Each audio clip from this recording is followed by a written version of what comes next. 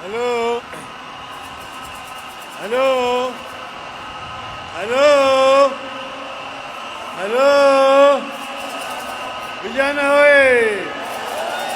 Vijana we! Wakenya we! Asanteni sana. Asanteni sana. Haya. Distinguished guests, ladies and gentlemen, fellow Kenyans, I am very delighted and I stand before you here today, a proud son of Kenya, a liberation fighter and a servant of the people for the last 50 years. Today, I boldly declare that I am neither repentant nor regretful of my own experience in the fight for a liberated Kenya.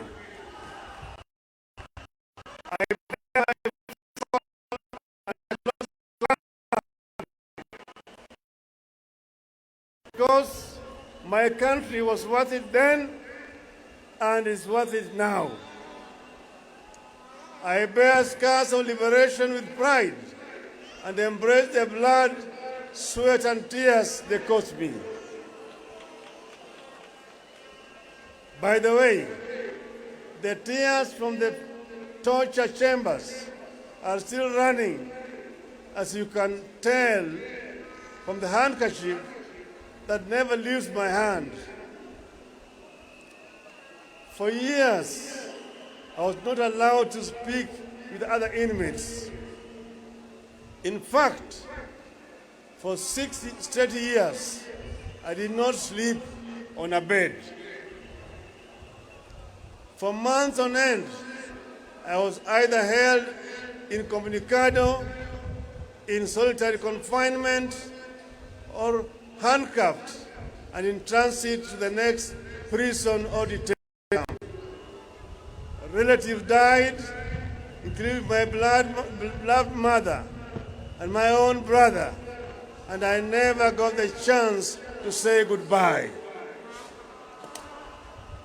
I would not wish this to torment upon anyone, not even my worst enemy. Together with my comrades who endured torture and survived those dark days of despair, we would never let Kenya degenerate down the road of terror. No, not on our watch, not on my watch. But there was a positive side to my story. It's about a friend, Alando, of legendary beauty, with brave heart of Luanda Magere. And this is the woman who stood by me when I was shunned by many. This is the wife of my youth, love of my life, and partner to death, Mama Aida Betty Nyawira Odinga.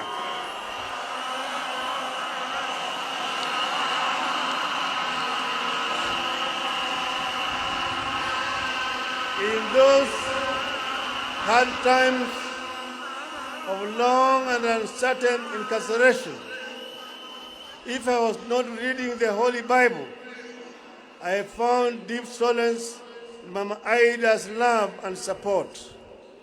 She became a constant guest of the police cells through constant arrest and harassment. I can't thank her enough. Thank you, darling. Fellow citizens, what makes a great nation is not the man it produces, but the man it honors. That is why I would be remiss if I do not pay homage to those that gave us the sacred license to stand tall, to speak free, and to think big on this very day. And here I'm talking about my comrades in arms, both alive and those who have fallen. I pay homage to those who have gone before us, the fallen heroes of the second liberation. These include Kenneth Nyindo Matiba and Charles Rubia.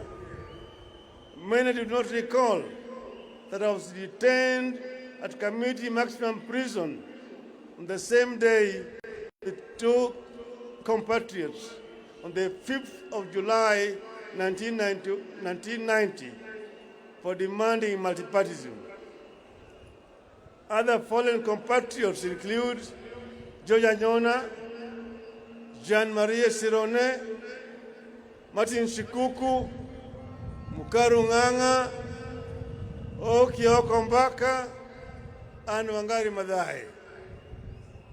I also pay homage to all the audacious martyrs who, for the sake of the people, chose constant crucifixion over relative comfort of conceding to repression. I hold the deepest respect to living icons like Mukami wa Kimathi, the wife of Dedan Kimathi.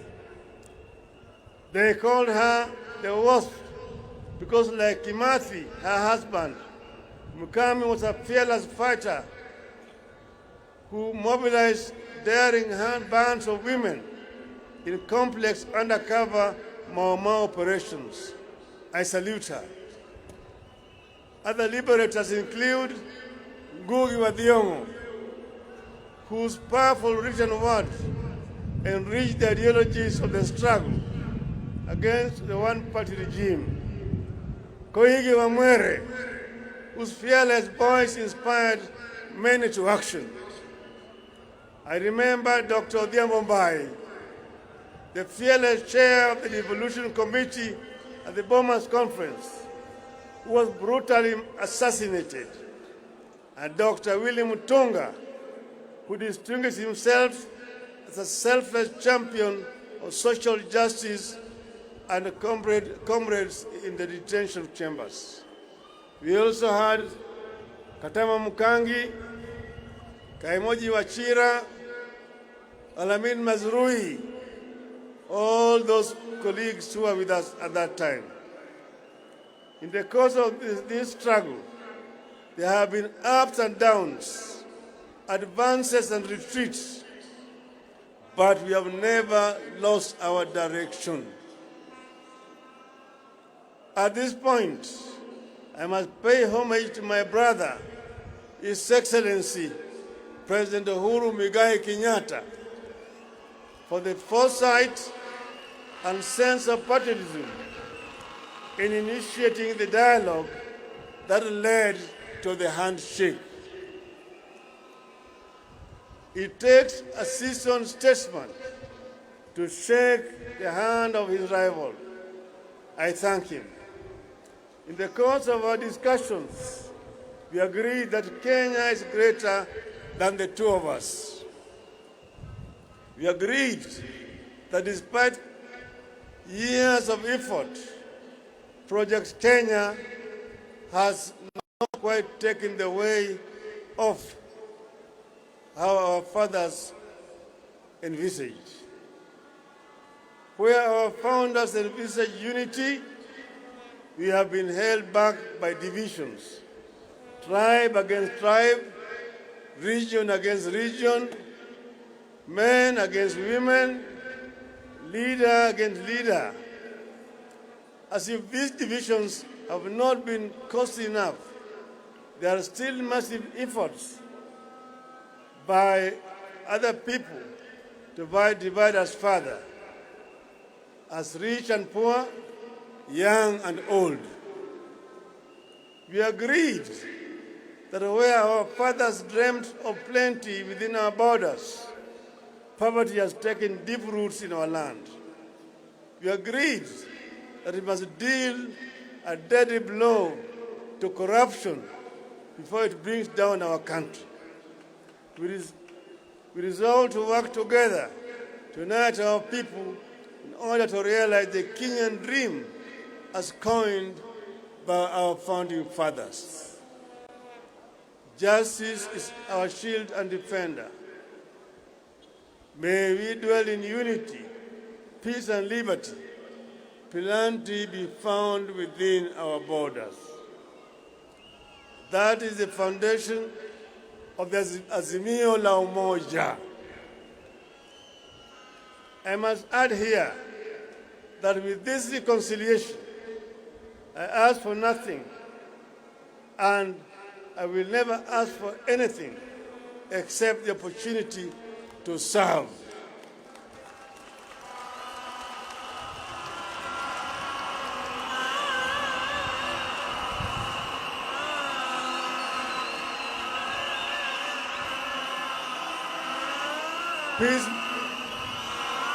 Peacemaking is not a self-enriching enterprise. It is a calling from God. Blessed are the peacemakers, for they shall be called the children of God.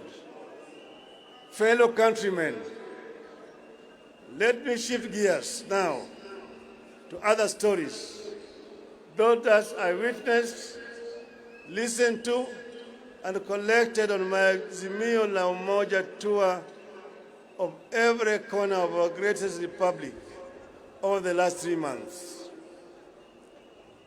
This meeting today, the culmination of the Azimio la Umoja journeys you have taken together.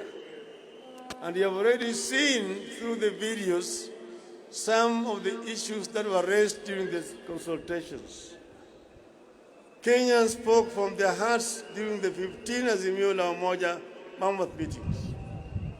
At the coast, wananchi reminded me that land issues remain a subject of pain. Many families long for the privilege of possessing family land that they can pass down to generations. They cried about the huge impact of the standard gauge railway on their businesses. We traveled into the river North Rift, and there I listened to concerns of residents whose livelihoods are being destroyed by cartels in agriculture. People who import maize while farmers are stuck with their maize. They lamented the collapse of the dairy and tea sectors and the high cost of farm inputs. The communities of West Pokot County wondered where there was a West Pokot when there is no East Pokot. They asked to be identified specifically as a community in the national census with a code and their own development projects, and the creation of 2 more constituencies and 5 wards. I also spent time in the Mount Kenya, both west and east, and I can confirm to this congregation that if the mountain was smooth, it would be impossible to climb it. The mountain has to be bumpy for you to scale it. On this, I'm happy to note that I've reached very close to the peak. I've seen the Batian and the Lenana peaks, and the people have promised that we shall walk together to the promised land yonder, if I prove that I understand and shall address their concerns. Residents express concerns about the equitable distribution of development resources within the region and the proportional representation. They summarize it in the one call: 1 man, 1 shilling, 1 vote. And they want to earn more from their tea, coffee, pyrethrum, vegetables, potatoes, rice, and dairy. Nyanza complained about non-functioning and collapsed cotton, sugarcane, fishing, tobacco, tea, and soapstone industries, and the denial of economic opportunities for the region. In Turkana, the continuing challenge of general insecurity, poverty, drought, and famine were raised repeatedly. In the lower eastern, the local communities complained of a serious lack of water, recurring famine, and lack of economic opportunities. Northern Kenya felt profoundly let down by Nairobi. Their children are being denied identity cards by their own country. Education is collapsing due to insecurity, and livestock sector is severely threatened by drought and disease. I took note that while our people of Mount Kenya spoke of 1 man, 1 vote, 1 shilling, Northern Kenya spoke of 1 man, 1 kilometer, 1 shilling. Indeed, Kenya is diverse in its needs and its ideas to address the needs. In Western Kenya, I was repeatedly reminded of the local industries like sugar that had been allowed to collapse due to corruption, neglect, and mismanagement. Fisheries and mining are struggling. Young men and women who would have gained from the local thriving industries spoke of how they are forced to migrate from home to seek opportunities elsewhere. The Mag community is worried about a lack of livestock and pastoralist economy. They worry about the environmental degradation upstream, which impacts them directly. They have their historical injustices over land. Then they are also concerned about the environmental degradation and the Mau forests. These are just some of the concerns that I noted, internalized, and I took them on as a personal mission. Listening to our people made me look back over the last 5 decades. It became crystal clear that while much has been achieved, much remains to be done. I stand here deeply concerned, indeed horrified, at how our peers at independence left us far behind. Nations like South Korea, Malaysia, and Singapore, with whom we were at the same level of development in 1964, have largely vanquished us, and they have vanquished the extreme poverty. Today, they manage the diseases like COVID as effectively as all other functioning countries. Their education systems have dealt a deadly blow to the ignorance and put them in the Premier League of the 4th Industrial Revolution. You have to change tact. You have to catch up. Fellow Kenyans, following the listening hours and to address the concerns that have emerged, we came up with a 10-point people's program as follows.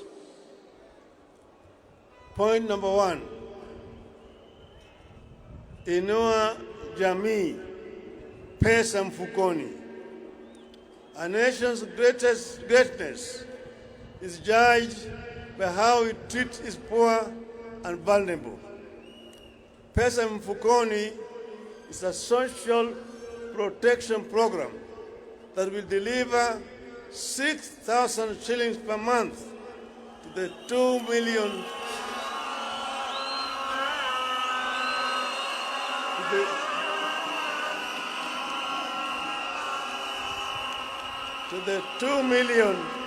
of the country's most needy families.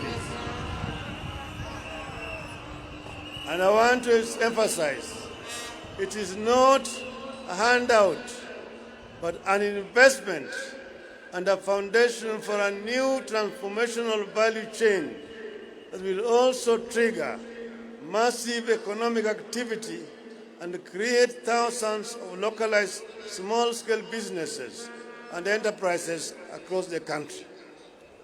This will lead to millions of jobs and the eventual development of a thriving middle class. The resulting middle class and small and medium enterprises will be a robust market for larger, more national corporations. Point number 2, Baba Care. Each of us has experienced the all-consuming strain that accompanies the ill health of a family member. We will ensure that each and every Kenyan has a social insurance, a health insurance plan. Those who cannot pay, the government will pay for them, so that no Kenyan should die or suffer or lack treatment because of lack of money. Point number 3, kazi kwa wote.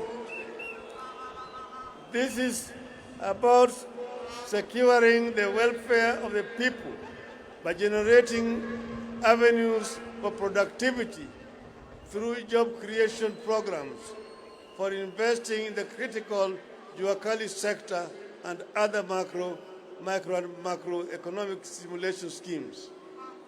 Point number 4, uchumi kwa kina mama. This will focus on the true multipliers of the wealth in our community, our women.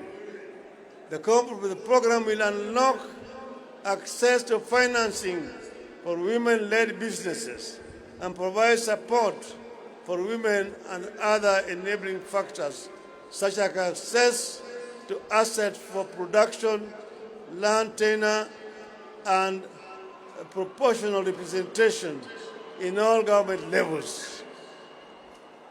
Point number 5, hashtag inawezekana. We know that our youth are closer to the future than we are, but they are exploited as cannon fodder for bad politics. Now more than ever, we need to invest in preparing our youth for that future. The program will equip our youth with the mindset, skills, funds, and technology to enable them innovate at par and even surpass their global counterparts. Point number 6, waste not a single child. Education is non-negotiable. This program will be an aggressive scheme to ensure that all, not some of our children, get rightful access to quality education. Point number 7, for Northern Kenya. Sorry. Point number 7, for Kuzanja. The aim here is not to merely feed, but to generate agricultural bounty that Kenya has the potential to produce. We will factor in climate change, adaptation, and mitigation to support and help realize high agricultural productivity across the nation. Point number 6 is about Northern Kenya, where children have dropped out of school because of lack of teachers. We will have affirmative action program to ensure that teachers are admitted at lower rates so that we can have sufficient teachers to teach in schools in northern Kenya.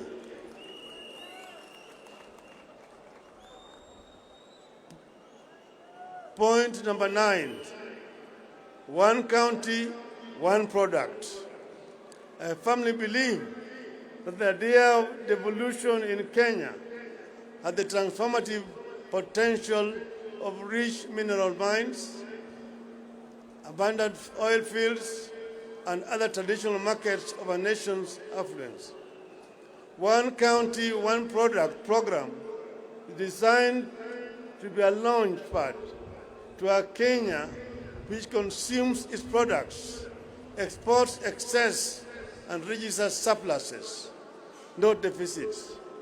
The national government will support materially and technically towards an ultimate vision where the 47 counties will begin industrializing at unstoppable rates.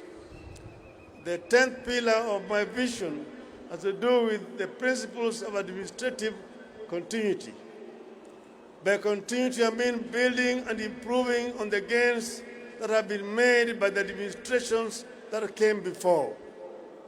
Africa suffers a retrogressive mindset of starting afresh instead of advancing existing accomplishments. When one administration sets up something, the next knocks it down.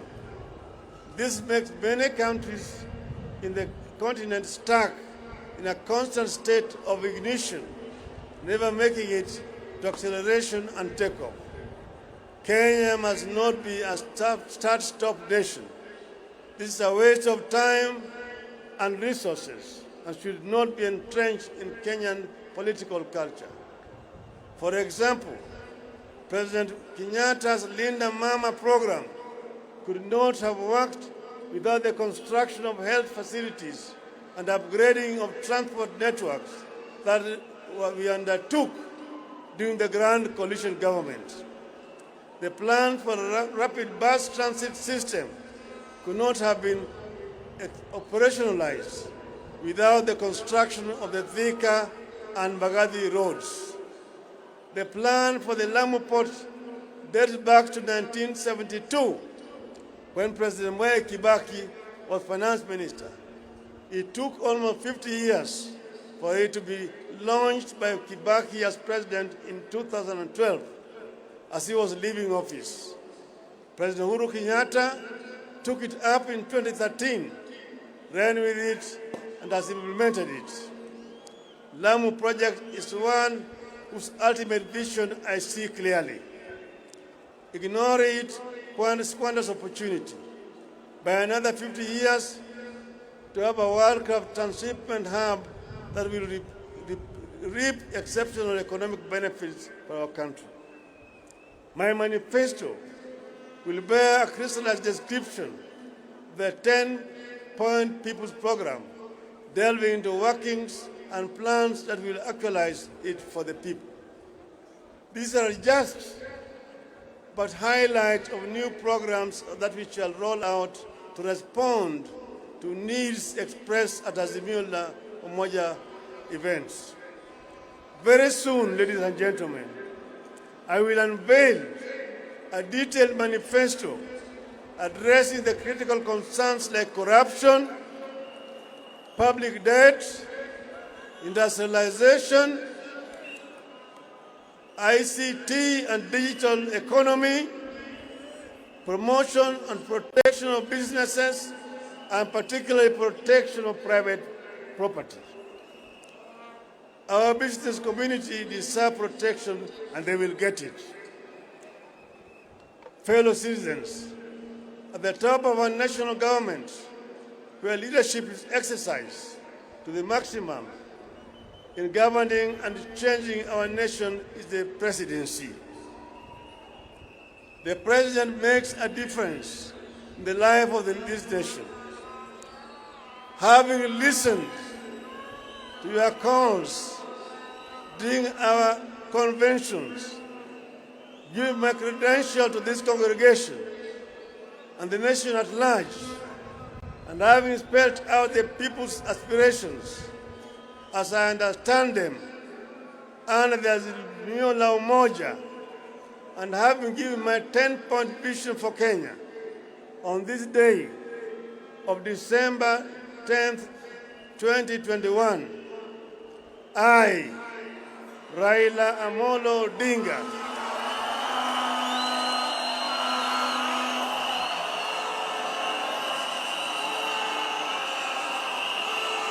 having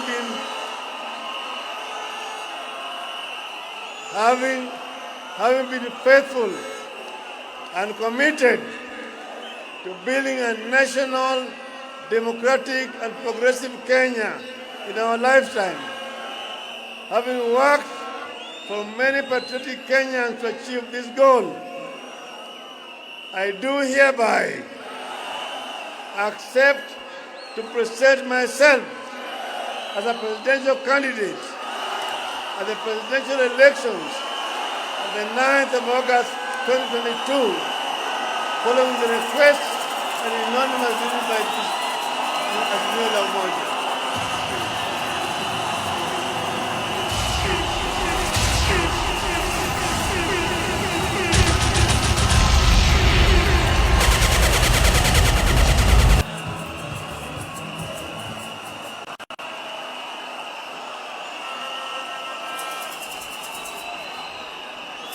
Let me add, I'm not running for the president to oppose anyone, but to propose better policies. I'm in this race to mold one indivisible nation. I'm not at war with any personalities. I'm at war with ideologies that will lead this nation in the wrong direction. Ideologies that divide us instead of uniting us. Ideologies that put the personal above the national good. Now I want you to listen to me. Vijana mpo? Vijana hoi? Wacha nimalize kwa Kiswahili. Mimi natoa shukrani kwenu nyote kwa kufika siku ya leo kwa wingi kwa hii sherehe yetu ya leo. Na sasa mimi nataka kutangaza, baada ya sisi kuzuru Kenya mzima na kuongea na Wakenya, nilikuwa nimewauliza, baba aendelee siendelee? Aendelee siendelee? Sababu leo nimejibu ati baba ataendelea, na tarehe 9 mwezi ujao, mwezi wa 9, baba atakuwa kwa kinyang'anyiro ya kugombea kiti cha urais wa Jamhuri ya Kenya.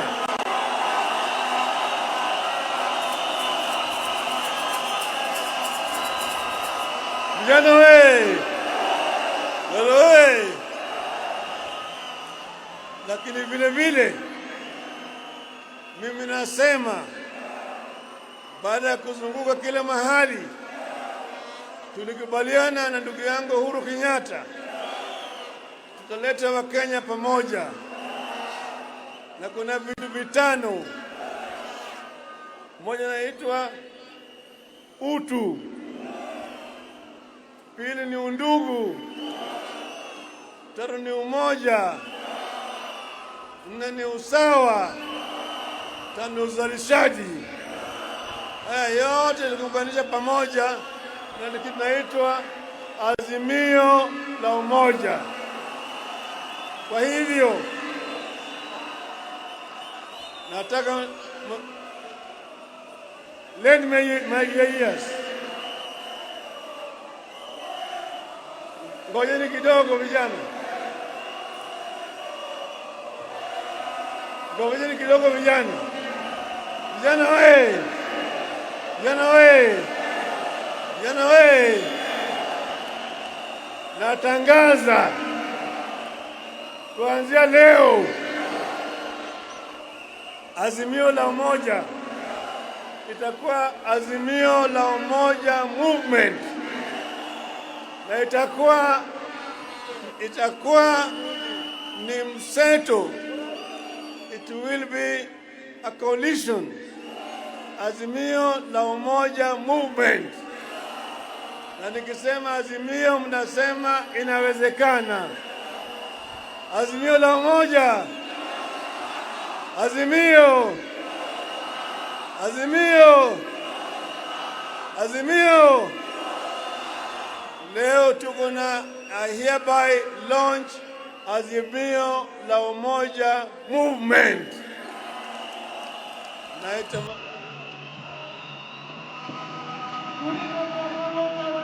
Tuimbe kwa pamoja.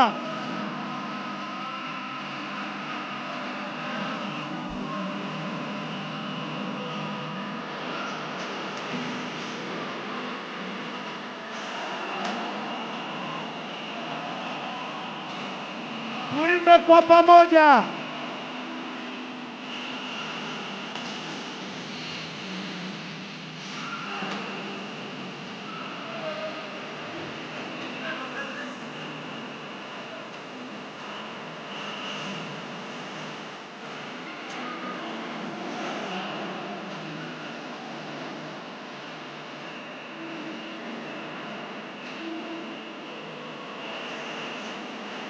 Tushangilie. Tunaimba kwa pamoja.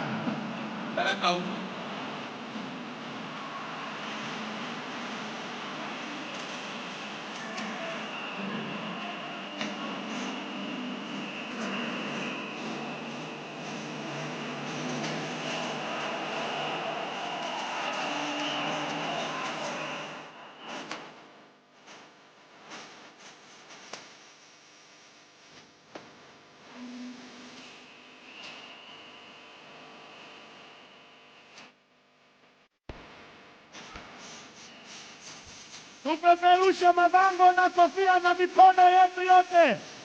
Akina mama vigelegele.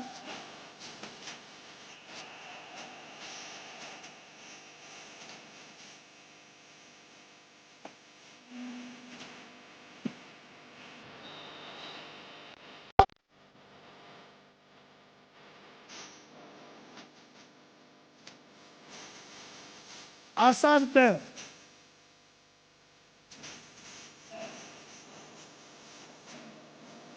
Asante sana.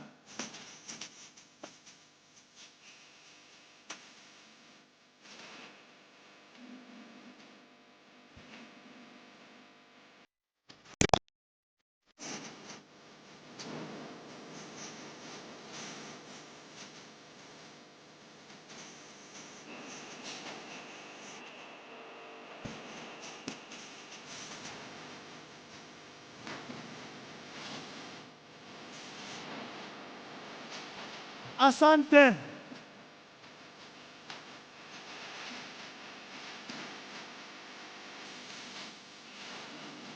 Asante sana. Asante DJ.